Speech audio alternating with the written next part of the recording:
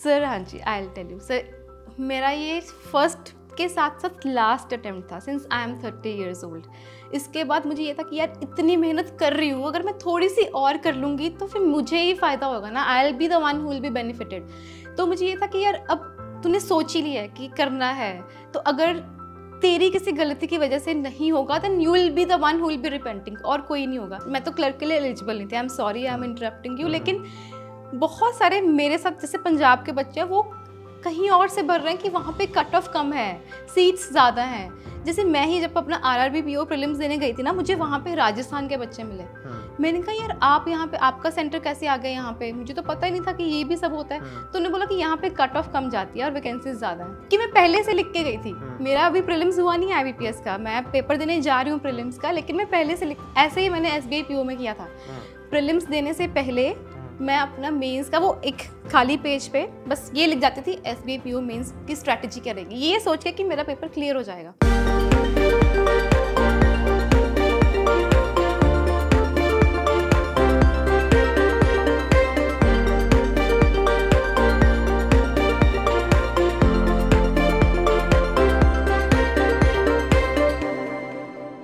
Hi everyone, welcome to Chamomile Tea with Toppers, an initiative by Unacademy। और एक नए episode में हम यहाँ जुड़े हुए हैं एंड टुडे हमारे पास एक ऐसी स्टोरी है जो कि ट्रूली इंस्पायरिंग स्टोरी है। एक ऐसी स्टोरी जिससे आज लाखों स्टूडेंट्स कनेक्ट कर पाएंगे, रिलेट कर पाएंगे। और कोई एक ऐसा एस्पिरेंट जिसको लगता है कि वो बड़ा मायूस है, जिसको लगता है कि शायद अब उसके चांसेस घटते जा रहे हैं और वो डिक्लाइनिंग स्टेज पर है इस लर्निंग की, और शायद उसका सिलेक्शन नहीं हो पाएगा।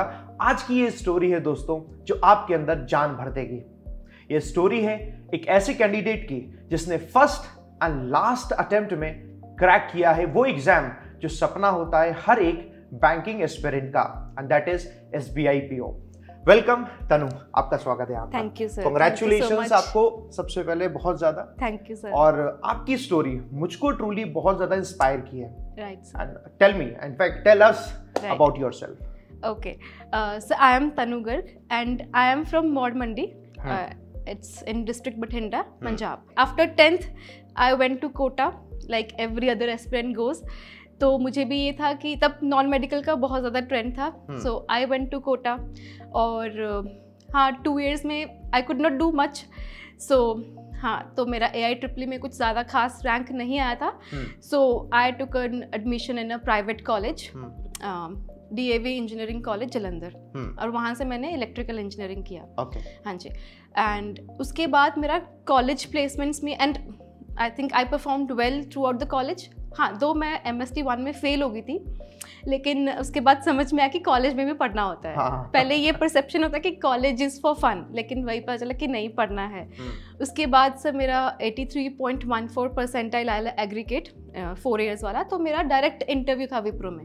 जैसे कॉलेज प्लेसमेंट्स में ना, या तो आप नहीं तो आपको एप्टीट्यूड का वो टेस्ट देना पड़ता है, लेकिन मेरा वो नहीं था। पहले आप जहाँ फेल हुए थे, फेल से अब आपने उस स्टेज पे वो समझ गए कि नहीं यार पढ़ना पड़ेगा, ये नहीं करना। ठीक है। तो मेरा विप्रो में प्लेसमेंट हो गया, but I did not go there क्योंकि मुझे ये था कि प्राइवेट सेक्टर में जॉब नहीं करनी है, गवर्नमेंट सेक्टर में जाना है। फिर मैंने डिसाइड किया कि I will go for Indian engineering services. Okay. तो 2011 to 2015 मेरा ये ग्रेजुएशन कंप्लीट हुआ। In the very same year I went to Delhi for Indian engineering services का preparation, and in the next year, that is 2016 March, I got married. Okay. हाँ जी। उसके बाद भी मैंने प्रिपरेशन कंटिन्यू रखी, but due to some reasons I could not continue, मतलब focus नहीं कर पा रही थी। फिर मैंने वो प्रिपरेशन वहीं पे स्टॉप कर दिया कि ऑन एंड ऑफ चलता रहता था, लेकिन वो होता ना कि एक फेयर अटेम्प्ट देना वो नहीं हो पा रहा था। उसके बाद last year in the month of April, if I am to be very precise, 21st April मैं अपने in-laws place से I went to my hometown at my mom's place। तो मैंने तब से अप्रैल 2023 लास्ट वीक ऑफ अप्रैल से मैंने अपना प्रिपरेशन बैंकिंग को स्टार्ट किया, बैंकिंग का। ओके। हाँ जी। तो और आज अभी अप्रैल आया भी नहीं है, right, you got selected, right, thank you sir, thank you. तो सर बहुत सारी प्रॉब्लम्स आई, मुझे भी आई। मुझे तो बैठने की, ऐसे लॉन्ग आवर्स सिटिंग की ही मुझे आदत ही नहीं थी, हैबिट ही नहीं थी। मैंने दिया अपना आरआरबी, सबसे पहला एग्ज़ाम जो आता है वो होता है आरआरबी पीओ प्रीलिम्स। मेरा वो नहीं हुआ। ओके। हाँ जी। उसके बाद I was demotivated. Then again मैंने थोड़ी सी और अपने आप को वीकनेसेस को देखा, उनके ऊपर वर्क किया। फिर मैंने NIACL का भी, AO का जो एग्जामिनेशन होता है वो भी मैंने फॉर्म फिल किया था, वो भी मेरा नहीं हुआ। प्रीलिम्स हाँ जी, ठीक है। उसके बाद अगेन आई वॉज डीमोटिवेटेड कि यार कि मैं कहाँ पे, मतलब आई न्यू कि मैंने अभी स्टार्ट किया है, जैसे कि ठीक है वीकनेसेस तो है लेकिन अभी उनके ऊपर काम भी करूँ, फिर भी कोई पॉजिटिव रिजल्ट क्यों नहीं आ रहा है। फिर आया IBPS PO प्रीलिम्स, उसके लाइक NIACL का जब वो फेलियर हुआ, उसके बाद मैंने बहुत ज़्यादा हार्ड वर्क किया सारे सब्जेक्ट्स के ऊपर कॉम्प्रिहेंसिवली। फिर जब आप बाहर आते हैं ना सर, आपको पता होता है कि आपका एग्ज़ाम कैसा हुआ है, तो ऐसा ही मेरे साथ हुआ। प्रीलिम्स दिया मैंने IBPS PO का, तो समवेयर इन माई हार्ट मुझे पता था कि ये मेरा क्लियर है। और सर मैं थोड़ा सा ना ऑप्टिमिस्टिक पर्सन हूँ, और मैं ना जैसे प्रीलिम्स मैं देने जा रही हूँ ना, आप थोड़ा नहीं, आप अच्छा खासा ऑप्टिमिस्टिक, और ये बहुत अच्छी बात है। आपने जिस हिसाब से अपनी जर्नी में इतनी स्पीड अप दिखाई है ना, and it is required basically, ये होनी ही चाहिए सबके अंदर। हाँ जी, very nice, thank you sir. तो सर जिस दिन मेरा IBPS PO प्रीलिम्स था, उसी दिन मेरा आई थिंक फर्स्ट शिफ्ट नहीं थी, मेरी सेकंड शिफ्ट थी। तो मैं सुबह ही ना अपनी, मेरे पास एक टू डू लिस्ट डायरी है, मैं उस पर लिख के गई थी कि what will be the strategy of IBPS PO mains. कि मैं पहले से लिख के गई थी। मेरा अभी प्रीलिम्स हुआ नहीं है IBPS का, मैं पेपर देने जा रही हूँ प्रीलिम्स का, लेकिन मैं पहले से ऐसे ही मैंने SBI PO में किया था। प्रीलिम्स देने से पहले मैं अपना मेंस का वो एक खाली पेज पे बस ये लिख जाती थी, SBI PO मेंस की स्ट्रैटेजी क्या रहेगी, ये सोच के कि मेरा पेपर क्लियर हो जाएगा। और ऐसे ही मेंस के बाद मैं, जैसे मेंस देने जाना है उससे एक दिन पहले मैं इंटरव्यू का स्ट्रैटेजी का वो खाली पेज पे ऐसे लिख के जाती थी कि ये मेरा होगा ही होगा। और जब मैं लिखती थी ना सर ये सब चीज़ें, मैं अपने माइंड में बहुत कामली, क्लियर माइंडसेट से कि मैं लिख रही हूँ, लिखने के लिए नहीं लिख रही हूँ, मुझे करना है, मैं इसलिए लिख रही हूँ। तो ये सब मैं लिख के जाती थी। एंड हाँ, फिर मेरा IBPS PO प्रीलिम्स हुआ, उसके बाद आया, मैं आपको यहीं पे रोकूंगा। हाँ जी सर। मैं आप सभी लोगों को बता दूं, क्योंकि मैंने अभी अधूरी इंफॉर्मेशन थी, इनका IBPS PO का मेंस क्वालिफाई होकर इंटरव्यू हो गया है। आज जो हम शूट कर रहे हैं दैट इज 31 ऑफ मार्च 2024, और कल 1 अप्रैल है, और कल रिजल्ट आने वाला है IBPS PO का फाइनल। एंड मुझे होप है कि वो भी क्लियर हो जाएगा, और अगर नहीं भी होता है तो SBI PO सिक्योर्ड है। Yes sir, since that was the aim, that was the main aim, SBI PO, right. तो मैं स्ट्रैटेजी नहीं, बस सिर्फ वो एक लाइन लिखती थी कि इसकी, कि ये आके मुझे डिसाइड करना है क्या स्ट्रैटेजी रहेगा। तो IBPS PO प्रीलिम्स भी मेरा हो गया, SBI PO प्रीलिम्स भी हो गया। हाँ, रास्ते में बहुत सारी, जर्नी में बहुत सारी क्या बोलते हैं उनको, स्टेपिंग स्टोन्स तो आते हैं, अप्स एंड डाउन्स आते हैं, but then somehow I managed. तो यही है, and that is the main question, how you managed and what are the ups and downs basically for the prelims and for mains, उसे आप describe कीजिए। Right sir. Sir जब मैंने start किया था ना अपना प्रिपरेशन, हर एक एस्पिरेंट की तरह मैंने भी यूट्यूब खोला, वहाँ पे सब एक बच्चे की स्ट्रैटेजीज देखी। हर एक यूट्यूब का जो भी SBI टॉपर लिखती थी, वहाँ पे जो भी CTWT के बहुत सारे इंटरव्यूज़ मैंने देखे स्टार्ट में। In fact if I am to tell you, one of my dreams था जो कि आज सच हो रहा है, कि मुझे भी यार यहाँ पे जाना है। मुझे भी बहुत सारे डाउट्स है कि ये कैमोमाइल टी पीने के लिए होती है, and what's in that gift hamper, ये सब मेरे मन में डाउट्स होते थे कि यार कैसे क्या होता है। But today I am thankful that I am here. हाँ जी, तो मैंने भी सारी स्ट्रैटेजीज ना मैं नोट डाउन करती थी हर एक एस्पिरेंट की, कि इसने कैसे किया, इसका क्या अप्रोच था। बट जैसे जैसे मैंने प्रिपरेशन अपना स्टार्ट किया ना सर, मुझे समझ में आया कि आपकी अपनी, हर एक स्टूडेंट की अपनी स्ट्रैटेजी होती है। आप जो सामने वाले बच्चे ने किया, ये नहीं कि आपका भी उसी स्ट्रैटेजी से एग्जाम क्लियर हो जाएगा, क्योंकि उसका कुछ और वीक था, मेरा कुछ और वीक है, मुझे उस पर फोकस करना है। तो कौन सा सब्जेक्ट आपका वीक था, आपको जो लगता है? सर मुझे कौन से बहुत ज़्यादा फोबिया था। ओके। फोबिया मतलब DIs, जैसे मैं प्रीलिम्स के मॉक्स देती थी, मुझे DIs में छोड़ देती थी, मैं DIs अटेम्प्ट ही नहीं करती थी। मुझे लगता था कि यार ये नहीं होगा मेरे से, इसमें टाइम लगेगा। मैं अरिथमेटिक और सिंप्लीफिकेशंस करती थी, स्पीड मैथ्स जिसको हम बोलते हैं। तो लेकिन धीरे धीरे ना मैंने ऐसा, जैसे यूट्यूब पे अरुण सर हैं, उनकी मैंने एक प्लेलिस्ट है, ऐसे ही और भी बहुत सारे टीचर्स हैं, उनकी मैंने सारी वेन, केसलेट, जो टेबल वाले DIs होती हैं, सब मैंने बहुत ज़्यादा प्रैक्टिस किया।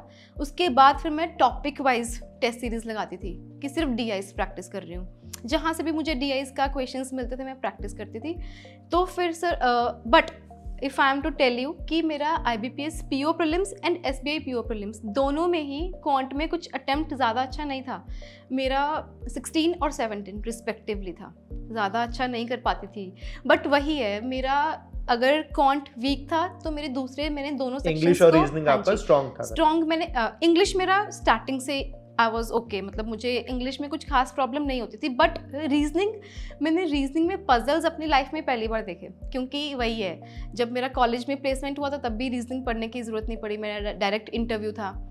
तो जब मैंने देखा ये पजल्स की पढ़ने में बहुत अच्छा लगता था कि हाँ यार कि ये सॉल्व करना है, बट उसको सॉल्व करने में मज़े में 30 मिनट्स आराम से लग जाते थे। मैंने कहा यार ये कैसे होगा, जब पैटर्न देखा उसमें तो 35 मिनट्स में 20 मिनट्स में 35 क्वेश्चंस करने होते हैं। तो सर धीरे धीरे प्रैक्टिस करके I just want to know one thing कि आपको ना बहुत बेसिक तो पूरा ही पढ़ना पड़ा था। लाइक हाँ जी, अगर कोई आपको देखकर ये कहे कि नहीं आपको पहले से ही आता था, तो ऐसा नहीं था, बिल्कुल आपको भी जीरो से पढ़ना पड़ा। तो बिल्कुल आप ये बताइए एक दिन में how much time do you dedicatedly given to the all the subjects? Right sir. Per day कितना टाइम दिया आपने? सर मैंने अपना फुल फ्लेजेडली, जैसे एज आई मेंशन बिफोर, मैंने स्टार्टिंग में तो मैं बहुत कम पढ़ती थी। स्टार्टिंग में तो मुझे समझ नहीं आता कि क्या पढ़ना है। क्या करती थी ना, थोड़े से रीजनिंग के पजल्स लगा लिए वीडियो से देख के। मतलब मैं हमेशा वीडियो से, स्टार्टिंग में मैं वीडियो से प्रेफर करती थी पढ़ना, है ना। वो मुझे थोड़ा सा ऐसा लगता कि हाँ चलो अच्छा लग रहा है पढ़ने में, वो तो जरूरी भी है, थोड़ा एंटरटेनिंग सा लगता है वीडियो से जब आप पढ़ रहे हो। मोस्टली जैसे बच्चे कहते थे कि हम PDF से सॉल्व करते हैं, मेरे से स्टार्टिंग में नहीं हो पाता था। तो हाँ, लेटर ऑन आई रियलाइज्ड कि जैसे जब आपको आ जाती है ना चीज़ें, तब आप PDF से प्रेफर करते हो, क्योंकि वीडियो से आपका टाइम वेस्ट होता है। गाइडली की मैंने PDFs करी हैं, तो मैंने उसमें से बहुत सारे क्वेश्चन सॉल्व किया, लेकिन लेटर स्टेजेस पे, जैसे जब बहुत जैसे सितंबर में तब मैंने किया। बट स्टार्टिंग में मैं वीडियो से करती थी। तो स्टार्टिंग में ना मैंने क्या किया, मैं बैंकिंग अवेयरनेस, स्टैटिक बैंकिंग, मैंने कहा यार ये सब तो होगा, थोड़ा सा क्वांट का 2 आवर्स क्वांट पढ़ लिया, 2 आवर्स रीजनिंग पढ़ लिया, इंग्लिश का पढ़ने का जरूरत नहीं है। बैंकिंग अवेयरनेस पढ़ती हूँ, वो स्टैटिक वाला, वो इंटरेस्टिंग भी लग रहा है। मैंने 20-30 लेक्चर्स होते हैं उसके, वो मैंने सारे देख लिए स्टार्टिंग में। बट बाद में मुझे लगा कि ये तो टाइम वेस्ट है, इसकी तो अभी ज़रूरत ही नहीं है। तो फिर धीरे धीरे से मैंने अपना ना टाइम, बैठने का टाइम ग्रेजुअली, ऐसे नहीं कि ओवरनाइट मैंने कि हाँ ओवरनाइट में 14 आवर्स पर डे पढ़, नहीं। पहले मैंने 8 आवर्स किया, मुझे बैठने की आदत ही नहीं थी, मैं बैठ ही नहीं पाती थी पूरा दिन। बट फिर ग्रेजुअली से 8, 9, 10, but in the end months ना मैंने 14 आवर्स पर डे पढ़ना ही पढ़ना था। बल्कि समटाइम्स मैं अपना टाइम टेबल इतना ज़्यादा हार्ड बनाती थी कि मुझे अराउंड 16 आवर्स पढ़ना है, कि यार 24 आवर्स होते हैं, 6 आवर्स। बात बताइए, ये आपकी पढ़ने की बात है, मतलब अगर कोई जॉब भी करता है ना, हाँ जी सर, और भले कितनी भी एंटरटेनिंग हो, राइट, फिर वो 12-13 घंटे की जॉब भी उसके लिए हेक्टिक हो जाती है। एक दिन 2 दिन तो चलता है, मतलब आप अपने आप को कैसे मोटिवेट करते थे, इतना पढ़ना है? सर हाँ जी, I will tell you sir, मेरा ये फर्स्ट के साथ साथ लास्ट अटेम्प्ट था, since I am 30 years old। इसके बाद मुझे ये था कि यार इतनी मेहनत कर रही हूँ, अगर मैं थोड़ी सी और कर लूँगी तो फिर मुझे ही फ़ायदा होगा ना, I will be the one who will be benefited. तो मुझे ये था कि यार अब तूने सोच ही लिया है कि करना है, तो अगर तेरी किसी गलती की वजह से नहीं होगा, then you will be the one who will be repenting, और कोई नहीं होगा। And sir if I am to mention, मेरी फैमिली ने बहुत ज़्यादा सपोर्ट किया। ये होता था चलो सारा काम तो मैंने तो सर पढ़ाई के बिना कुछ नहीं किया। अब ये नहीं है कि बाकी एस्पिरेंट्स बोलें कि we are not that privileged and all, ये नहीं होता। जिसको करना है उसको करना है ना सर। ये नहीं है कि अगर मेरी फैमिली ने सपोर्ट किया, कि अगर आपकी नहीं सपोर्ट कर रही है, इट्स नॉट कि आपका एग्जामिनेशन क्लियर नहीं होगा, इट्स अप टू यू कि आपको कैसे करना है, कि आपको अपनी फैमिली को कैसे कन्विंस करना है। तो मेरी फैमिली सपोर्टिव थी डे 1 से। मैंने कोई एक्सेप्ट पढ़ाई कोई काम नहीं किया। इन केस जैसे ब्रेक्स, ऑब्वियसली ब्रेक्स तो होती थी, स्टडी ब्रेक्स होते थे, तब मैं नीचे जाती थी। तो जैसे क्या होता था ना, प्रीलिम्स के बाद मुझे था कि एक दिन ब्रेक ले लूँ, तो मैं नीचे जाती थी, तो मेरी मम्मी कहती तनु पढ़ ले, तू पढ़ क्यों नहीं रही है, तू जा ऊपर पढ़ ले।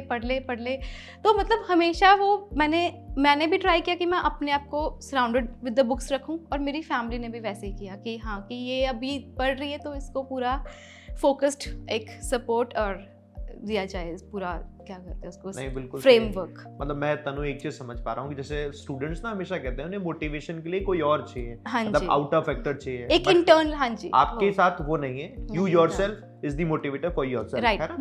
मुझे ना अभी जैसे एस्पिरेंट्स पूछते हैं कि मैम आप इतना मोटिवेटेड कैसे रहते थे, तो मैं उनको वही बोलती हूँ कि यार मोटिवेशन की ज़रूरत ही क्या है कि जब आपने सोच लिया, जैसे ना कुछ बच्चे होते हैं वो 3 इयर्स से प्रिपरेशन कर रहे हैं, तो मैं कहती हूँ यार इतनी मेहनत कर रहे हो आप, दोबारा से रीस्टार्ट कितनी बार, इससे बेटर ये है ना कि आप एक कंसिस्टेंट, एक ऑनेस्ट अप्रोच करके put your best foot forward, कि एक ही अटेम्प्ट में निकालो। एडवाइस दीजिए आप, है ना? हाँ जी, स्टूडेंट को, क्योंकि कई बार पता नहीं चलता, मतलब जैसे इसमें उनकी भी कई बार गलती नहीं होती, वो पढ़ते हैं, आफ्टर 1 ईयर उन्हें पता चलता है कि नहीं, जिस डायरेक्शन में मैं जा रहा था that was not the direction, right. So आप अपनी एक वो डायरेक्शन दीजिए व्हाट यू फॉलोड। हाँ जी, क्योंकि आपके जैसी similar situation I am sure बहुत सारे स्टूडेंट्स की यहाँ पर है। हाँ जी, जो आपको देख रहे हैं। हाँ जी। तो अब आप अपनी एक स्ट्रैटेजी बताइए कि कैसे उनको आगे बढ़ना है and what are the mistakes जो हो सकती है उनसे, जो आपसे भी हुई होंगी and you have learn from that. हाँ जी सर, ये बताइए। टू स्टार्ट विद सर मैं अपनी मिस्टेक्स बताऊंगी, क्योंकि मिस्टेक्स ही होती है कि अगर आप अपनी गलती से नहीं सीख रहे हो, आप किसी और की गलती से सीख लो। आई होप कि एस्पिरेंट्स मेरी गलतियों से सीख लें और नेक्स्ट ईयर सभी यहाँ पे बैठ के इंटरव्यू दें आपके साथ। So the very first mistake, मैंने स्टार्टिंग में स्टैटिक बैंकिंग अवेयरनेस की वीडियोस कर ली। उसका यूज़ आपको इंटरव्यू के टाइम पे आता है। करंट अफेयर्स में, जीए में आते हैं questions, but major portion current affair से रहता है। तो मैंने वो किया, मेरा टाइम वेस्ट हुआ। शायद अगर मैं यही टाइम आरआरबी पीओ प्रीलिम्स के स्ट्रैटेजी में लगाती तो शायद मेरा वो भी क्लियर हो जाता, है ना। First mistake. सर दूसरी मिस्टेक मुझे लगता है मैंने आईबीपीएस पीओ मेंस तक ना कोई भी मेंस का मॉक नहीं लगाया। आपने मेंस का मॉक नहीं लगाया? मॉक्स ही नहीं लगाया। मेंस विदाउट मॉक मैं चली गई। वो मुझे एक्सपेक्टेशंस नहीं थी हो जाएगा, वही मेरे मार्क्स भी अराउंड 70 ही आए हैं। मैंने कैलकुलेट भी 70 किए थे। मैं बाहर आई, देखा 70 मार्क्स बन रहे हैं। लास्ट ईयर की कट ऑफ 71 थी, तो मैंने बोला कि ये तो नहीं होगा, अभी 1 महीना है, एसबीआई के लिए पढ़ लेते हैं। बट मेरा 30 जनवरी को एसबीआई पीओ का इंटरव्यू था। रास्ते से मैं वापस आ रही थी, मेरा चंडीगढ़ एलएचओ चंडीगढ़ में था। तो मैं मम्मी को बोलती, मैंने कहा मम्मी अब मैं बिल्कुल फ्री हो गई हूँ, कि अब फ्री रहने की आदत ही नहीं रही है। ऐसा था कि कुछ ना कुछ पढ़ना है, कि अब मैं क्या करूँगी इंटरव्यू, क्योंकि आईबीपीएस का तो तब तक रिजल्ट नहीं आया था। लेकिन on the way back result आ गया और वो क्लियर हो गया। तो मम्मी कहते चलो अब तेरे पास पढ़ने के लिए कुछ है। मैंने कहा चलो ठीक है। हाँ जी। और थर्ड थी, मैंने मेंस लेवल पजल्स की प्रैक्टिस बहुत कम करी आईबीपीएस पीओ मेंस तक। वहाँ पे जाके मतलब मैं मिसलेनियस, जैसे ये था सर, मैंने ना प्रीवियस ईयर क्वेश्चंस देखे। वो उसमें क्या होता था मेंस, रीजनिंग मेंस में, कि आपको मिसलेनियस टॉपिक्स आ रहे हैं, कोडेड डायरेक्शन, इसमें कि कुछ ना कुछ क्वेश्चंस आते हैं, क्रिटिकल रीजनिंग आती है, पजल्स आते हैं। तो आपको तो यही होता है ना कि आपके अगर बाकी सेक्शन स्ट्रॉन्ग है, आप रीजनिंग में कट ऑफ क्लियर कर लो आईबीपीएस पीओ की, है ना। तो मैंने कहा यार मैं मिसलेनियस कर लूँगी और क्रिटिकल रीजनिंग भी मेरा ठीक था, क्योंकि इंग्लिश ठीक थी, तो क्रिटिकल रीजनिंग भी बाय डिफॉल्ट ओके था। तो जब वहाँ पे देखा, पैटर्न देखा, अभी ना थोड़ा चेंज हो रहा है। सो वहाँ पे एक भी मिसलेनियस का क्वेश्चन नहीं था। दोनों रीजनिंग के दोनों मेंस रीजनिंग के कोई भी एक भी क्वेश्चन मिसलेनियस टॉपिक में नहीं था। सिर्फ पजल्स थे और क्रिटिकल रीजनिंग था। एंड आई वाज इन, मैं देख रही थी क्लिक करके कि यार कहीं तो मिसलेनियस मिल जाए, कहीं तो मिसलेनियस मिल जाए, कहीं भी नहीं मिल रहा। और इसी वजह से रीजनिंग का मेरा अटेम्प्ट इतना अच्छा था नहीं, और बट क्लियर हो गया with God's grace I think, है ना। और ये था मेरा थर्ड मिस्टेक कि मैंने मॉक्स नहीं लगाया, वो नहीं किया, पजल्स नहीं सॉल्व किए मेंस लेवल। हाँ जी, ठीक है। और आई थिंक यही 3 मेन गलतियाँ थी।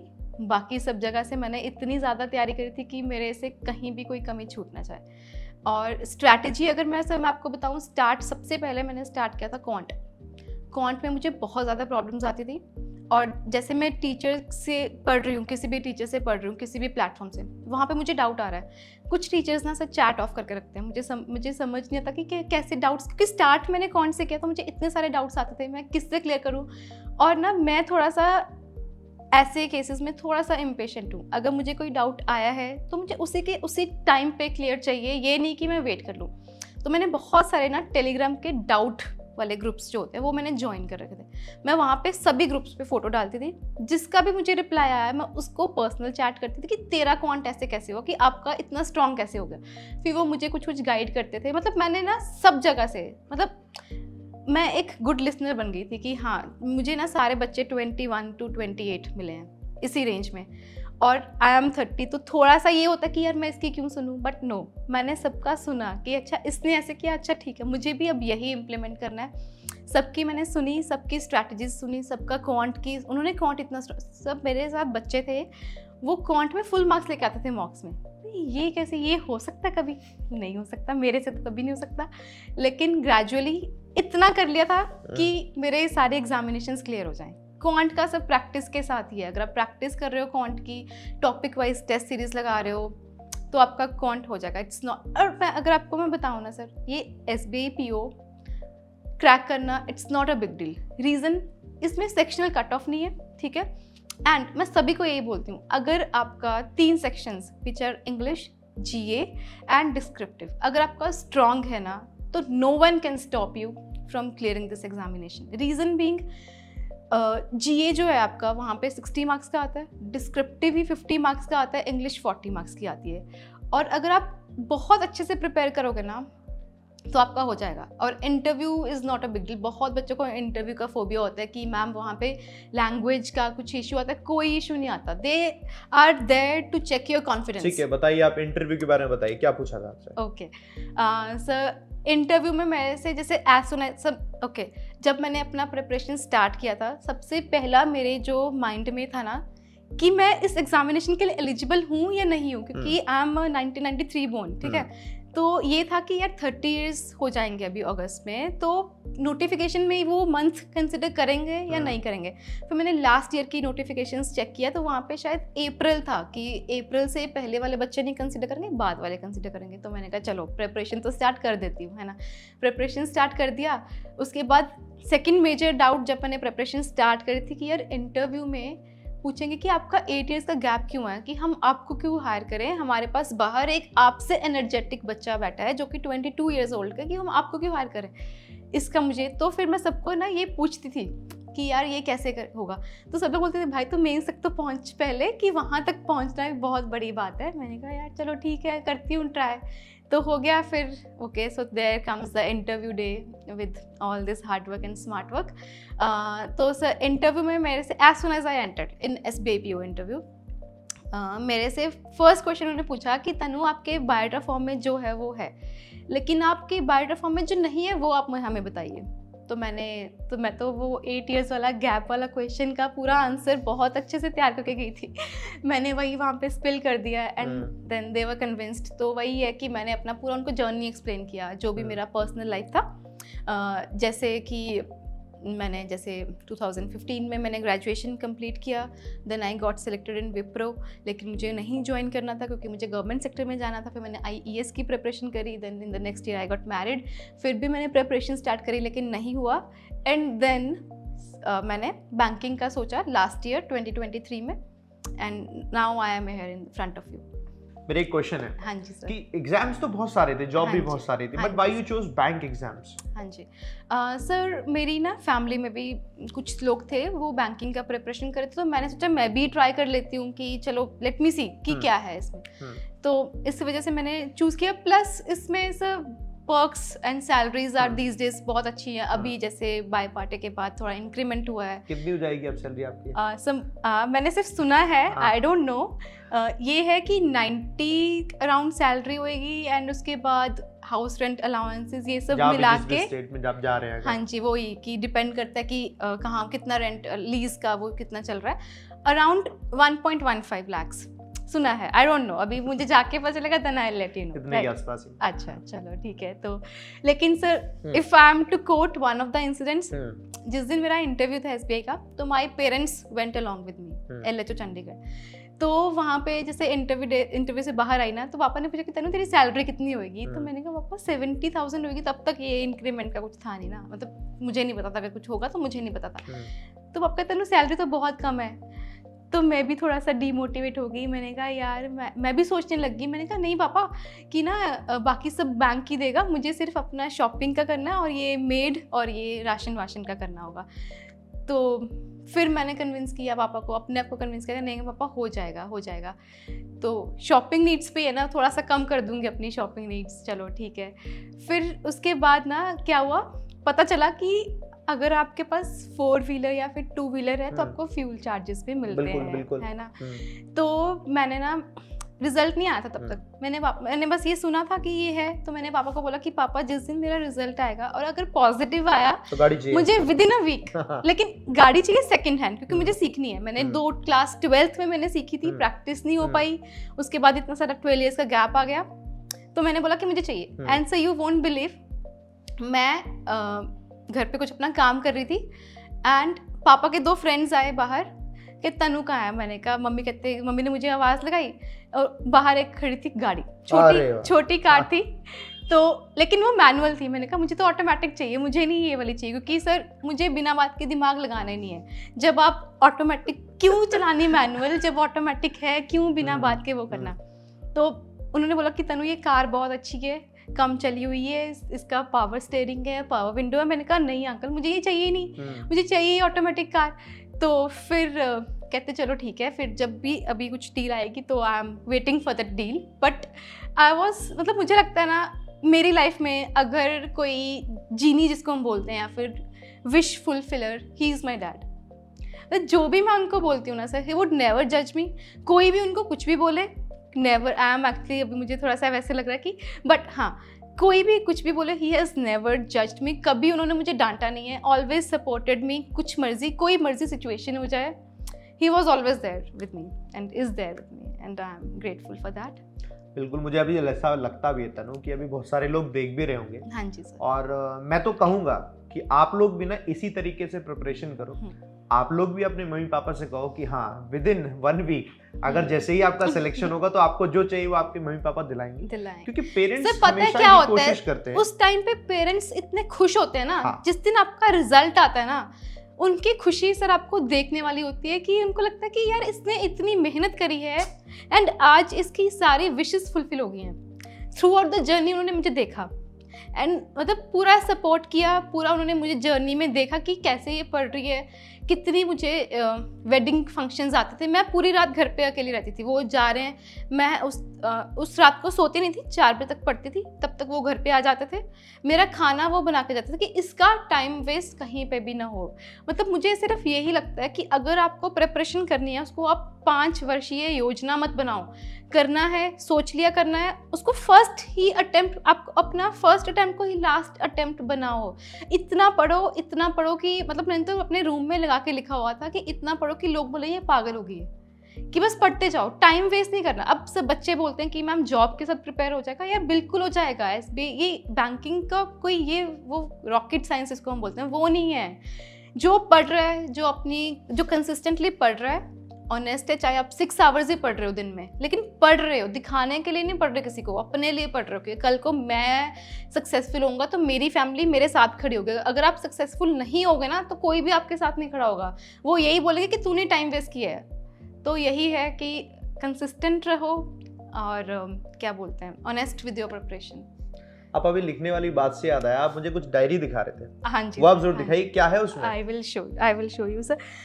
सर पहले तो मेरे से ना बहुत सारे बच्चे पूछते कि टू डू लिस्ट शेयर करो, तो this is one of the diary जिसमें सारी टू डू लिस्ट है and you can actually see it's. ये जैसे मैंने स्टार्ट किया था ये SBI PO की प्रिपरेशन में, ये मैं यहाँ दिखाता हूँ। इसमें क्या है? इसमें I can do it. SBI PO 2023 के लिए I am consistent.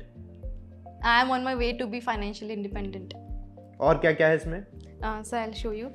सर जैसे मैं टेबल्स प्रैक्टिस करती थी, मैंने 37 तक टेबल्स, RRB PO प्रीलिम्स के बाद मेरा एक स्केड्यूल था, सबसे पहला काम मुझे वही करना है, 37 तक टेबल्स लिखने हैं। ये सारे मैंने लिखे हुए हैं टेबल्स, 60 तक के स्क्वायर्स, 20 तक के cubes and percentage to fraction values.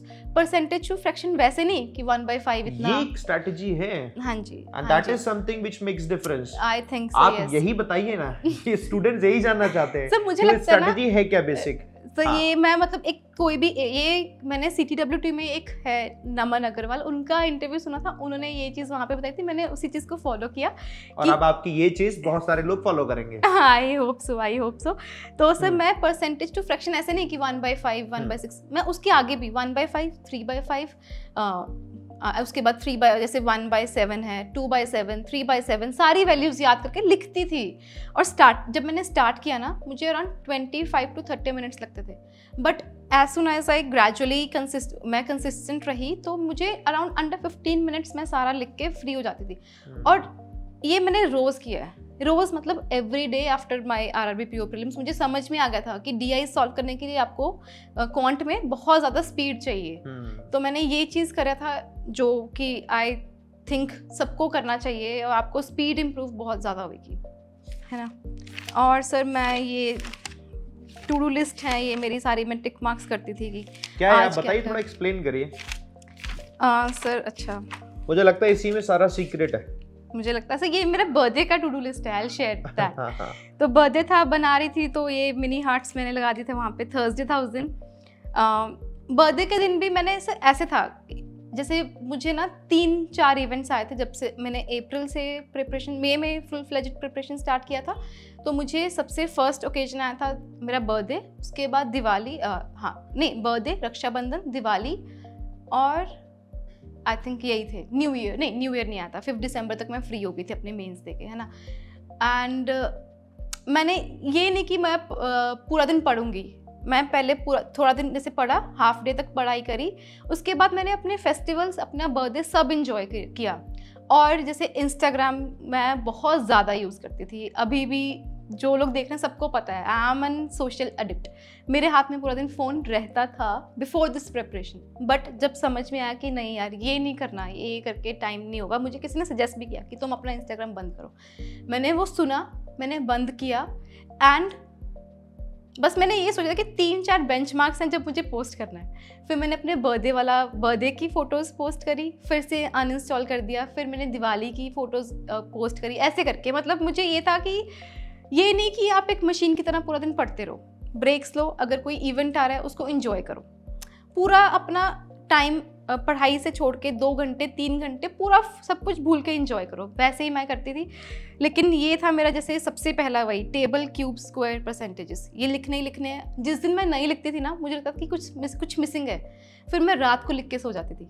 तो मुझे लगता कि वो होता है ना कि आपके मन में बैठ गई है कि यार आज नहीं लिखा तो कहीं तेरी प्रिपरेशन में कुछ वो ना हो जाए। मतलब कुछ वो नहीं है कि ये ऐसे होना ही चाहिए, सबको ऐसे कई बार मिस हो भी जाता था, लेकिन मैं मेक श्योर करती थी कि मैं लिखूं।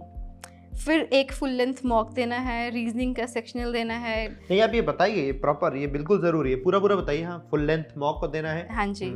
उसके बाद रीजनिंग का सेक्शनल मॉक देना है, फिर क्वांट के 2 लेक्चर्स करने हैं, उसके बाद प्री करना है क्वांट्स का। मेंस और क्वांट दोनों साथ में लेके चली थी थ्रू आउट द प्रिपरेशन।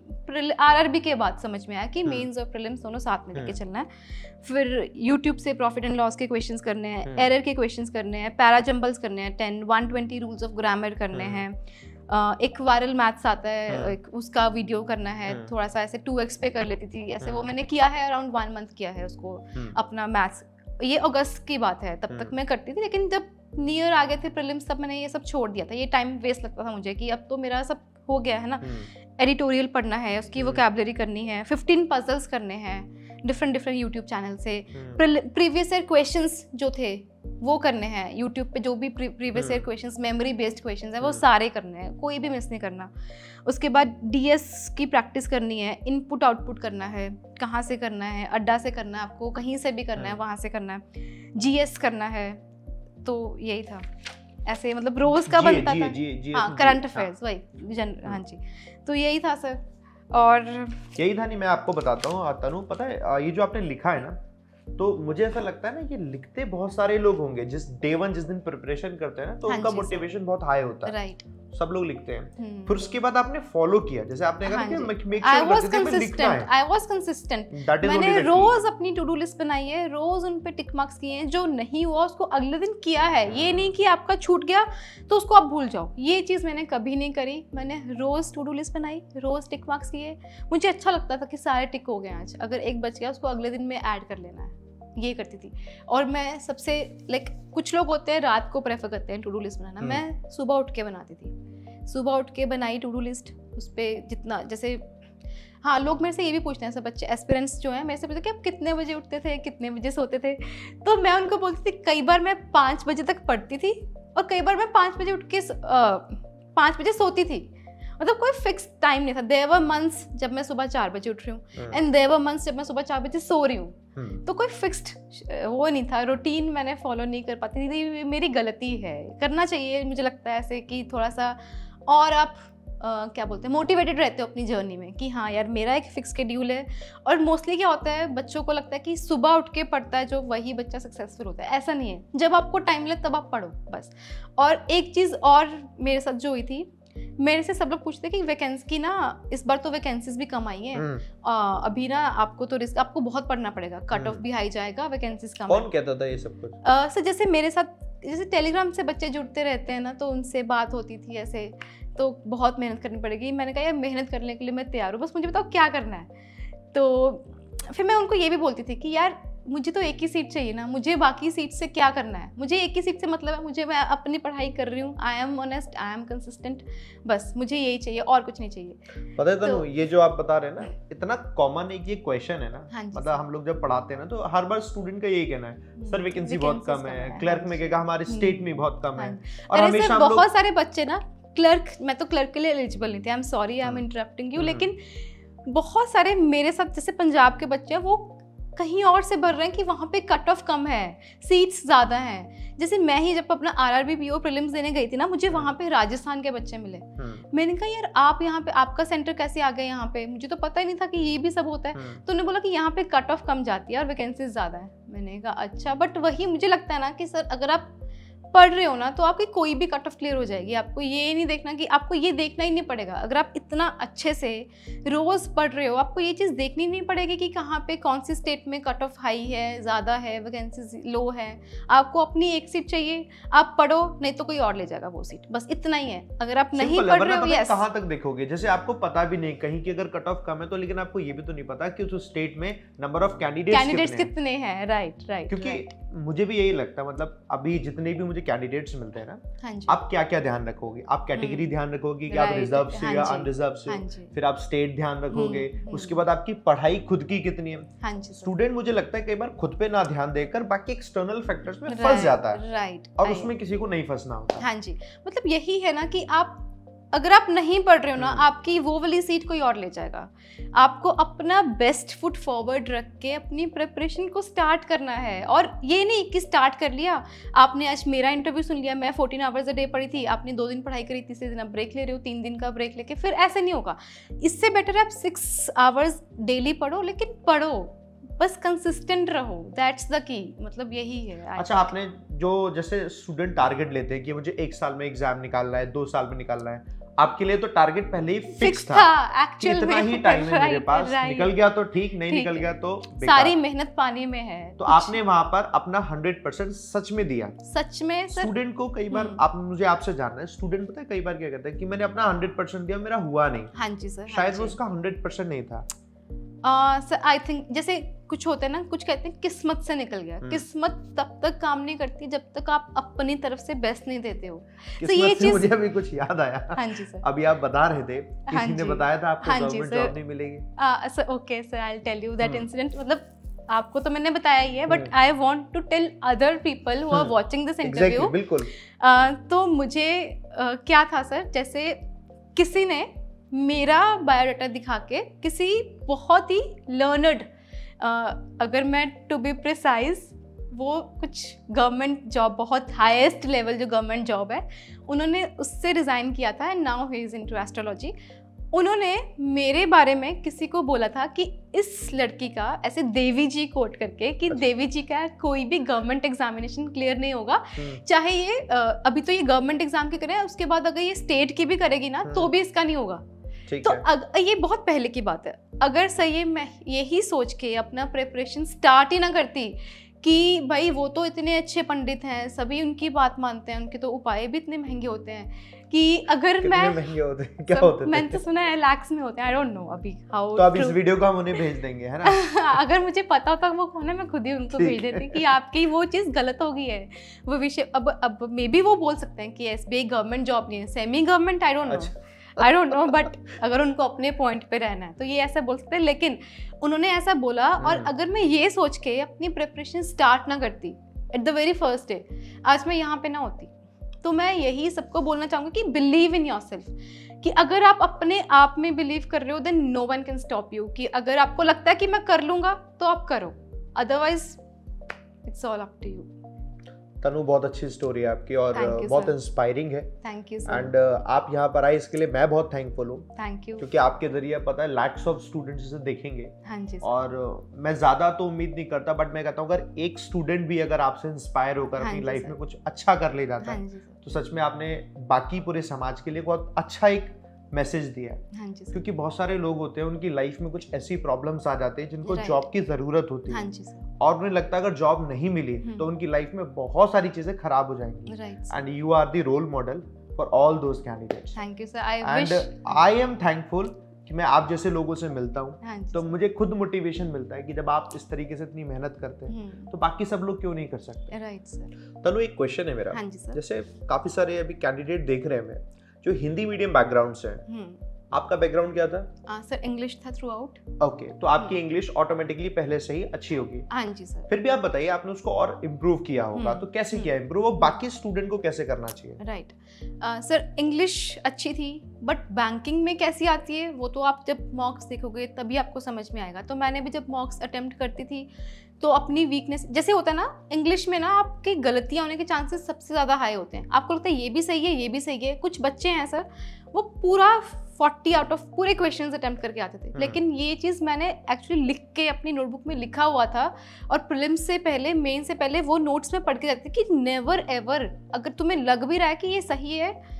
99% भी लग रहा है तो भी 90% लग रहा है तो उसको अटेम्प्ट नहीं करना है। गलती होने के चांसेस इंग्लिश में बहुत ज़्यादा होते हैं। तो मैं ये, क्योंकि मुझे ना वो जैसे होता है ना कि फील आ जाती थी कि ये गलत है ये सही है, लेकिन इतना भी फील पे रिलाई नहीं करना था। तो मैं यही करती थी कि जब तक मैं 100% श्योर नहीं हूँ तब तक मैं नहीं करती थी। मैंने IBPS PO में मेंस में 27 मार्क्स का किया था, मेरे 23 आउट ऑफ 40 आए हैं। डिस्क्रिप्टिव में मेरे 17 आउट ऑफ 25 आए हैं IBPS PO मेंस में। अभी SBI का आई डोंट नो कितने आएंगे, बट दोनों मेरे अच्छे गए थे। लेकिन जो लोग हिंदी मीडियम से हैं वो ये ना समझे कि मैं तो पहले से ही रेस में आउट हो गया। It's not that. अगर आप पढ़ रहे हो ना इंग्लिश को, एडिटोरियल्स पढ़ रहे हो, अपनी जैसे रीडिंग कॉम्प्रिहेंशंस में क्या होता है कि आपको जल्दी जल्दी स्किम पर करके या फिर पढ़ के क्वेश्चंस को करना है। अगर आप शुरू से ही अपनी रीडिंग हैबिट डेवलप कर रहे हो, कुछ लोग नॉवेल्स पढ़ते हैं, मुझे लगता था कि एडिटोरियल्स बेटर है क्योंकि उससे आपका एक तो 3 चीज़ें हो जाती थी, रीडिंग का प्रैक्टिस हो रहा है, वोकैबुलरी का प्रैक्टिस हो रहा है, प्लस GA, क्योंकि आप तो करंट अफेयर वही जो अभी एडिटोरियल्स आ रहे होते हैं वही आप लेटेस्ट वाले पढ़ते हो ना, उसमें से करंट अफेयर्स के भी बहुत सारे क्वेश्चंस कवर हो जाते हैं। इनफैक्ट मेरे साथ ऐसे हुआ, IBPS PO मेंस में एक क्वेश्चन आया था जो मैंने अपने करंट अफेयर्स में नहीं पढ़ा था, उसमें एडिटोरियल्स में पढ़ा था। तो उस एडिटोरियल से मुझे लगता था कि 3 चीज़ें सॉल्व होती थी, तो मैंने रोज़ पढ़ा है एडिटोरियल। तो यही है कि जो इंग्लिश मीडियम से नहीं भी बिलोंग करते हैं उनको सिर्फ अपनी reading habits, rules of grammar पे वर्क करना है। जो 120 rules of grammar very famous, वो उनको याद करके, याद नहीं करना, उनको याद करके प्रैक्टिस भी करना है, इम्प्लीमेंट करना है। तो यही है, क्योंकि इंग्लिश अगर आप अपना अच्छा बना लोगे ना, आपको क्रिटिकल रीजनिंग में भी हेल्प मिलेगा। क्योंकि अभी जो मुझे लग रहा है दोनों एग्जामिनेशन के मेंस में क्रिटिकल का बहुत ज़्यादा वेटेज था, तो क्रिटिकल अभी से अच्छा करना चाहिए। इंग्लिश, इसका मतलब आपको इंग्लिश अच्छी करनी चाहिए। तो यही है कि हिंदी मीडियम वाले बच्चे किसी से वो नहीं है कि हम बैंकिंग की, मैक्सिमम बच्चे होते हैं कि हम RRB PO देंगे क्योंकि इसमें इंग्लिश की वजह से। हाँ जी, तो हाँ, कोई डरने वाली बात नहीं है। डरने वाली बात नहीं। इनफैक्ट इंटरव्यूज में क्या होता है कि पूछते हैं कि यार इंग्लिश में दें, मैं तो हिंदी में ज़्यादा कंफर्टेबल हूँ, GD में क्या होगा। तो मुझे भी यही था, तो वैसे मेरा मोड ऑफ कम्युनिकेशन इंग्लिश मैंने रखा था, लेकिन वहाँ पे अब ये तो है नहीं कि सर हम we are very much fluent in English, कि हाँ हम रोज़ इंग्लिश में बात कर रहे हैं। मेरी तो बल्कि मदर टंग भी पंजाबी है, पंजाबी में बात करती हूँ घर पे। तो जब GDG स्टार्ट हुआ है ना, तो दोनों इसमें SBI में GDG जब स्टार्ट हुआ, I started with English, but gradually जैसे कुछ पॉइंट है जब आप बोल रहे हैं तो ये मतलब आई am not that much fluent, है ना, तो मेरा स्विच हो गया था हिंदी में। हर किसी का होता है। हाँ जी, we are not English speakers, है ना। तो वही था कि जैसे वहाँ पे they are not there to जज your knowledge, they are there to जज योर कॉन्फिडेंस। आप हिंदी में भी बोल रहे हो ना, आप ऐसे कॉन्फिडेंस में बोलो कि हाँ उनको लगे, जो आपको वहाँ पे बैठ के देख रहे हैं, दो मेरे टाइम पे पैनलिस्ट होते हैं SBI PO में, 2 पैनलिस्ट वो ऑब्जर्व करते हैं, फिर वो मार्क्स देते हैं उसी के बेस पे ना, GDG दोनों में। तो अगर आप हिंदी में भी बोल रहे हो, मेक श्योर कि you are very much confident, बस इतनी सी बात है। और same thing goes in the interview में जब मैंने प्रिपरेशन करी थी, मेरा भी यही डाउट था कि सर अगर वो हिंदी में क्वेश्चन पूछे तो मुझे हिंदी में आंसर करना है या इंग्लिश में करना है। मेरे से अगर उन्होंने इंग्लिश में पूछा तो अगर मुझे वो चीज़ फ्रेम करना बेटर हिंदी में आता तो मैं क्या करूँगी। तो वही था कि आप किसी भी लैंग्वेज में दो, language is not the barrier. आपको बस अपना कॉन्फिडेंस दिखाना है, क्योंकि आप मेंस क्रॉस करके आए हो वहाँ पे। मेंस इतना टफ होता है, आप सब बच्चों को पता है कि कितना टफ होता है। मेंस तक पहुँचना हर बच्चे की बात नहीं होती है, अगर आप कंसिस्टेंट हो तभी आप पहुँच पाते हो। तो इंटरव्यू इज़ एक्चुअली वही, जैसे वो बोलते हैं कि हाथी तो निकल गया पूंछ ही बची है, बस वही है, उतना सही है सर। इंटरव्यू कोई टफ टास्क नहीं है। आपका इंटरव्यू में कोई ऐसा कोई क्वेश्चन जो आपसे पूछा गया हो जिसका जवाब आपको लगता है कि यार सबको पता होना चाहिए, ऐसा कोई क्वेश्चन? सर इंटरव्यू में मेरे से जैसे पूछा था, जैसे मैं हूँ मौड़ मंडी से, तो मेरे से ना उन्होंने बठिंडा का पूछ लिया था कि, तो मैंने सिर्फ मौड़ मंडी का ही प्रिपरेशन किया था कि यहाँ पे क्या है, क्या क्या फेमस है। लेकिन उन्होंने मेरे से जब बठिंडा का पूछा तो पता नहीं कैसे वो आंसर में से सही हो गया। तो पता नहीं कैसे वो होता है ना, शायद आपके सबकॉन्शियस माइंड में वो चीज़ होती है। वहाँ पे एक फोर्ट है, उन्होंने पूछा कि वो फोर्ट जो है वो किसके नाम के ऊपर है। मैंने थोड़ा सा सोचा, मैंने रज़िया सुल्ताना बोल दिया एंड ही वाज लाइक बस यही सुनना था। मैंने कहा चलो ठीक है, बट मुझे लगता है ना आपको उसी एरिया का नहीं, पूरा अपना जो डिस्ट्रिक्ट है, पंजाब की न्यूज़ मैंने पूरी याद करी थी, लेकिन बठिंडा को पता नहीं मैंने छोड़ क्यों दिया। तो उन्होंने मेरे से, क्योंकि जो मेरा होम टाउन है सबको नहीं पता है, no one knows, it's not that a very much popular नहीं है। तो इस वजह से तो मैंने लेकिन उसी का प्रिपेयर किया था। तो उन्होंने, तो मुझे लगता है कि इंटरव्यू के टाइम पे आपको बहुत कॉम्प्रिहेंसिवली प्रिपरेशन करना है। अपने होम टाउन की चीज़ें नहीं, अपना डिस्ट्रिक्ट और अपना स्टेट सब कवर करना है। आपका जीडी में टॉपिक क्या था? सर मेरा जीडी में टॉपिक था कि customer expectation in banking versus e commerce platforms like Zomato, Amazon. तो वो इजी टॉपिक था, कोई टफ टॉपिक्स नहीं आते। और अगर मैं बताऊं डिस्क्रिप्टिव में भी बहुत ज़्यादा टफ टॉपिक्स नहीं आते हैं। क्या बोला था इसमें, क्या है कस्टमर की एक्सपेक्टेशन वर्सेस दोनों में? राइट सर, तो मैंने ऑब्वियसली आप बैंकिंग में जॉब करने जा रहे हो तो आपको थोड़ा सा अपना माइंडसेट वैसा बनाना पड़ेगा, है ना। तो मैंने बैंकिंग के प्लस पॉइंट्स बोले थे, लेकिन ये नहीं कि आप बैंकिंग के ही प्लस पॉइंट्स बोल रहे हो, साथ में थोड़े से नेगेटिव भी बोले थे कि थोड़ा सा इम्प्रूव करने की भी ज़रूरत है। जीडीजी में क्या होता है ना सर, आपको वहाँ पे ये नहीं कि आपको अपने पॉइंट्स रखने हैं, आपको वो आपकी कन्विंसिंग पावर देखते हैं कि आप कितना कन्विंस कर पा रहे हो जो आपके बाकी 9 मेंबर्स हैं वहाँ पे बैठे हुए। आप वहाँ पे ग्रुप डिस्कशन को डिबेट में कन्वर्ट नहीं कर रहे हो।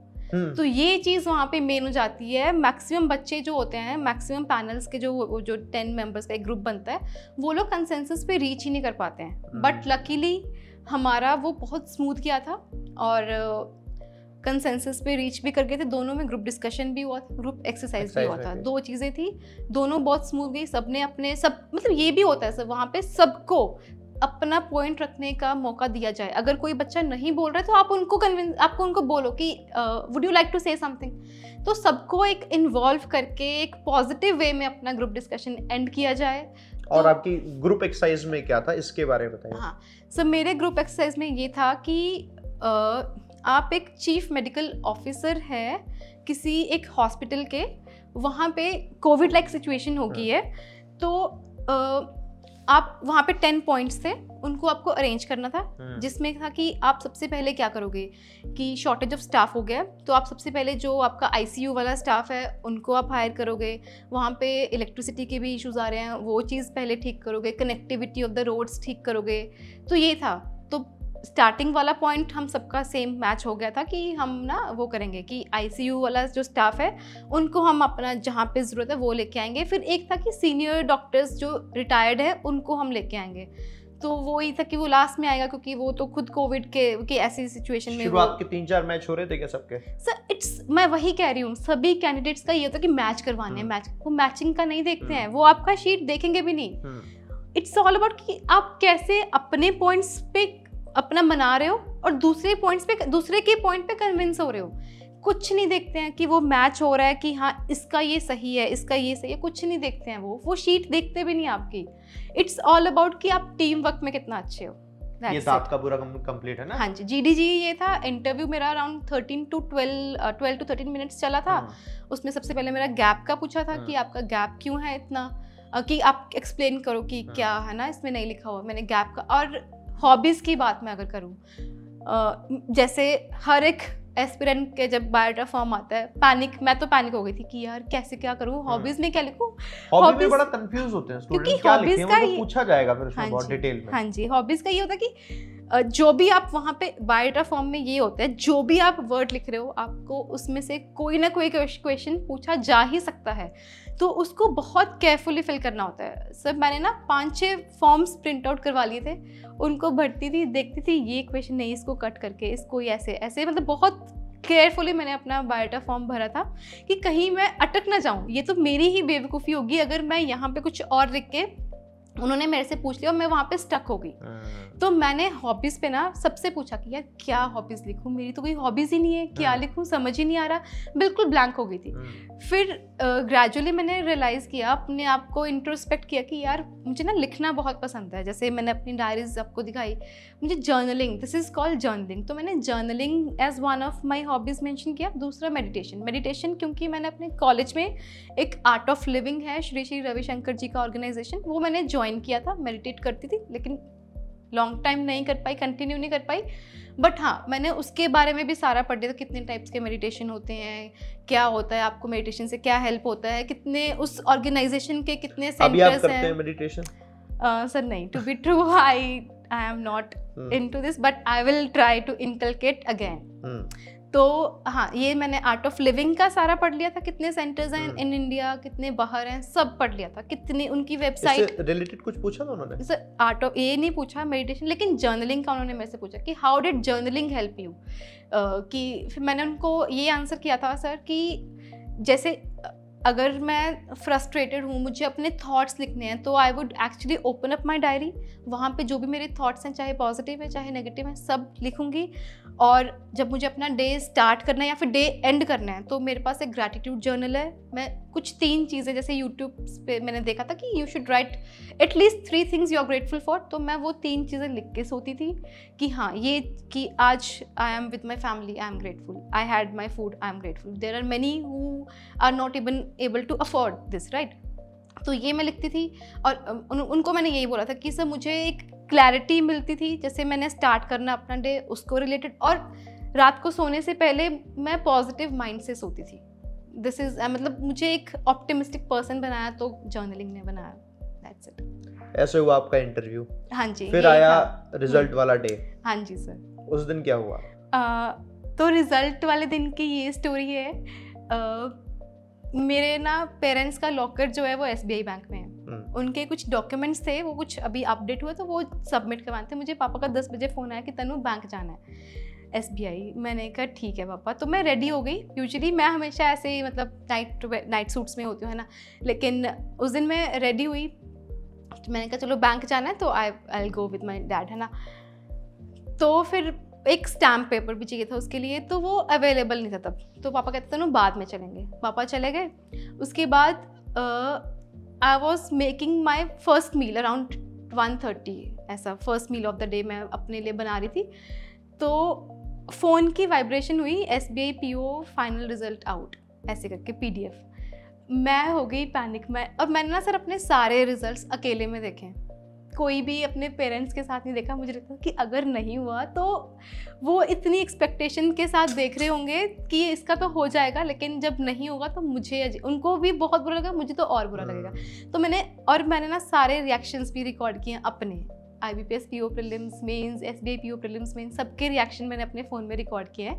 ऐसे ही मैंने उसका भी रिकॉर्ड करना स्टार्ट कर दिया इंटरव्यू का, कि अभी आ गया इंटरव्यू तो मैं रिकॉर्ड करूँगी अपने रिएक्शन। मैंने फ़ोन रखा वहाँ पे, लैपटॉप निकाला, लैपटॉप नहीं, पहले मैंने फ़ोन में चेक किया, वहाँ पे रोल नंबर टाइप कर रही हूँ, रोल नंबर आ ही नहीं रहा, नॉट फाउंड। मैंने कहा यार ऐसे ही मेंस में हुआ था मेरे साथ। मैंने कहा चलो लैपटॉप से खोलती हूँ।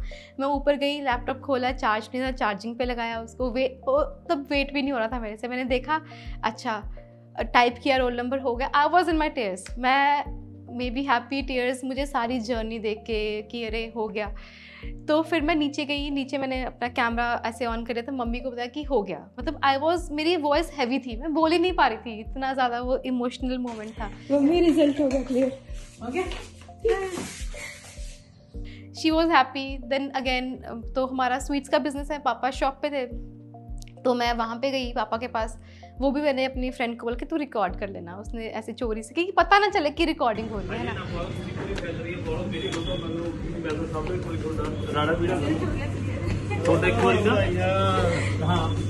तो वो भी रिकॉर्ड किया, पापा भी हैप्पी, ही वॉज हैप्पी।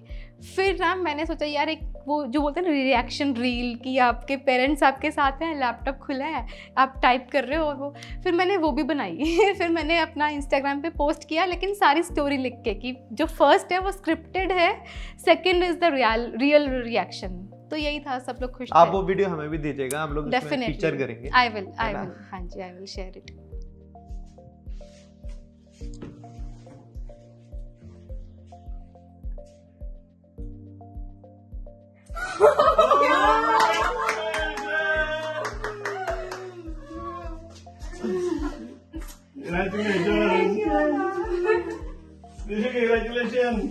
तो वो जो खुशी होती है ना, उस खुशी को ऑब्वियसली हम वर्ड्स में कभी बता भी नहीं पाते, नहीं बता पाते हैं सर। मतलब और उसको वो सिर्फ ना आप ही फील कर सकते हैं, आपकी फैमिली फील कर सकती है, और कोई नहीं कर सकते, जिसके लिए आप इतना टाइम लगा रहे थे, और वो एक लास्ट एक होप होती है, हाँ जी। और उसमें आपने पूरी मेहनत भी करी, आपने सब पूरी मेहनत कर डाली, पूरी की पूरी। सर मैंने कोई लूप होल छोड़ा ही नहीं।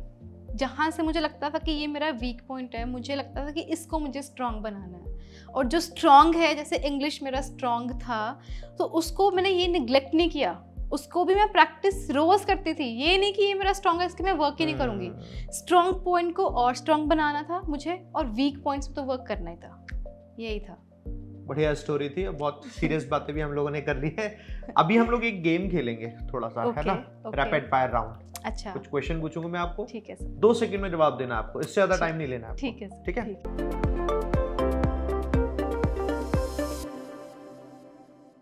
एक सिचुएशन है, ठीक है, अगर आपको अपना नाम चेंज करना है तो क्या आप रखोगे दूसरा नया नाम, और क्यों? सर मैं इसी नाम से बहुत ज़्यादा खुश हूँ, and I love my name, तो मुझे लगता है मैं चेंज नहीं करूँगी। आप इसके बारे में कुछ बताएंगे, अपने नाम के बारे में? सर इसका मतलब है ग्रेसफुल, एंड आई थिंक यही है इसका मतलब, और I am happy with this name. I am completely happy, right. Okay, कोई ऐसी movie, any movie, any video जिससे आपने कुछ ऐसा सीखा है जो आपके लिए बड़ा हेल्पफुल रहा है? अभी मेरे माइंड में, अगर since it's a rapid fire, अभी मेरे माइंड में सिर्फ 12th फेल आ रही है क्योंकि रिसेंटली वही मूवी देखी है। नहीं, तो बिल्कुल बिल्कुल। यही है। एक क्वेश्चन है, अभी हम लोग ऑफ द कैमरा ही बात कर रहे थे, है ना? हाँ जी। आपके फोन में हाँ जी। कोई एक ऐसा ऐप ओके जिसको आपको यूज करना पड़ता है but you don't like it? Use करना पड़ता है but I don't like it. अगर मैं पढ़ रही हूँ तो इंस्टाग्राम है वो, दैट्स इट, इंस्टाग्राम। उसको आपने हटा रखा था पूरी तरीके से? हाँ जी, हाँ। ठीक है। हाँ इस एक साल में आपने ऐसा क्या सीखा है जो आपको लगता है बहुत कुछ सीख लिया मैंने अपनी लाइफ लॉन्ग के लिए? Consistency is the key, honesty is the key, then you will be successful.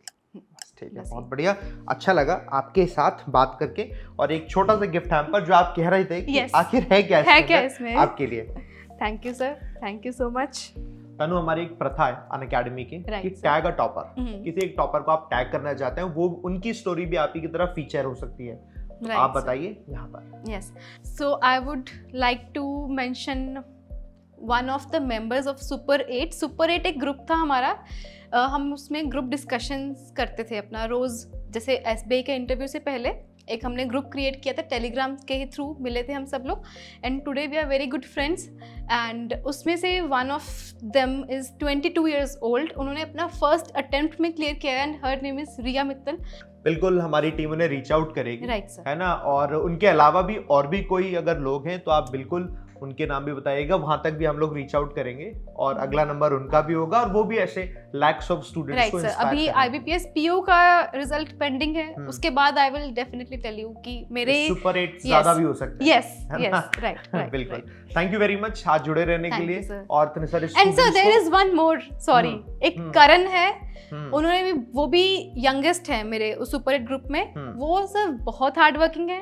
उन्होंने अपना वो डे में अपना होम ट्यूशंस लगाते थे एंड उन्होंने भी अपना फर्स्ट अटेम्प्ट में clear, I think first, I don't know, but हाँ उन्होंने भी क्लियर किया है। एंड क्योंकि बहुत सारे ऐसे लोग होते हैं जो साथ में जॉब कर रहे होते हैं, तो वो कहते हैं कि यार मेरा नहीं होगा, बट मुझे लगता है कि जैसे उन्होंने किया तो बाकी सब भी कर सकते हैं। बिल्कुल, करण हम आपके पास भी आने वाले हैं और अगला नंबर आपका भी होगा, राइट। तो anything else that you want to share at the end of the session, और अपनी लाइफ से कुछ एडवाइस, कुछ सजेशन आप देना चाहते हैं? Now here you go. Right. So throughout the interview, I have been giving the suggestions and advices, but the final advice which I would like to give to all those aspirants who are watching this interview is be consistent, be honest with yourself. आपको पढ़ने के लिए नहीं पढ़ना है, आपको किसी को दिखाने के लिए नहीं पढ़ना है, आपको अपने लिए पढ़ना है, क्योंकि जब तक आप पढ़ रहे हो तभी तक आपकी फैमिली आपके साथ है। आप सक्सेसफुल हो जाओगे तब आपके साथ है, लेकिन जिस दिन आप फेलियर फेस करोगे, okay, failure is definitely one of the main ingredients of success, that is true, but ये नहीं कि आप हर साल ही फेलियर को फेस कर रहे हो, इसका मतलब आपकी प्रिपरेशन में कहीं कमी है, आप अपने वीक एरियाज को नोट डाउन नहीं कर रहे हो, आप उन पे वर्क नहीं कर रहे हो। जहाँ पे भी there are many candidates who are preparing for the past 3 years, 4 years, तो मैं यही कहना चाहूँगी कि आप अपने वीक एरियाज को कवर करो। आप क्यों अपना इतना प्रेशियस टाइम इस जंगल में, इस क्या चक्कर में फंस के लगे हुए हो कि यार क्यों नहीं हो रहा। आप एक्सक्यूजेस देना बंद करके अपना फुल फ्लेजेडली प्रिपरेशन करो। कोई जॉब के साथ है उसका भी हो जाएगा, बहुत ईजी है। अगर कोई फुल फ्लेजेडली प्रिपरेशन कर रहा है, अपनी फैमिली को कन्विंस करो कि मुझे आई नीड योर सपोर्ट, क्योंकि लास्ट में मैं ही होऊंगा जो आपको हेल्प करूंगा। That's it, that's the key. Thank you very much for this and thank you फिर से, thank you sir, congratulations, thank you so much sir. तो दोस्तों, ये पूरी जर्नी आपने देखी, इतनी इंस्पिरेशन वाली थी, एंड आई होप इस इंस्पिरेशन से आप सभी लोग अपनी लाइफ में बहुत अच्छा करेंगे, है ना। अब इस पूरी इंस्पिरेशन वाली जर्नी के साथ अब एक काम आपको करना है, इस वीडियो को शेयर करना है मैक्सिमम उन कैंडिडेट्स के साथ जो लोग तैयारी कर रहे हैं, है ना। और आपका शेयर किसी की जिंदगी को बदल सकता है। साथ में लाइक बटन पे प्रेस करिए। हम फिर से मिलेंगे एक अनदर एपिसोड में और इसी तरीके की इंस्पिरेशन वाली स्टोरी के साथ। तब तक के लिए लेट्स क्रैक इट।